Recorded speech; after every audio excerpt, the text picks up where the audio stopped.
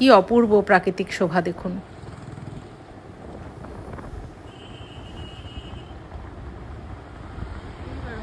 গাছ ভর্তি জারুল ফুটে আছে।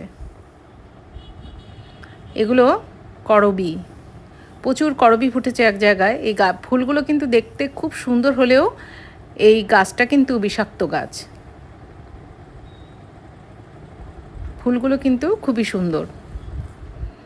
আরেক জায়গায় ফুটে আছে পিস লিলি, এই সময়ে ফোটে প্রচুর পরিমাণে।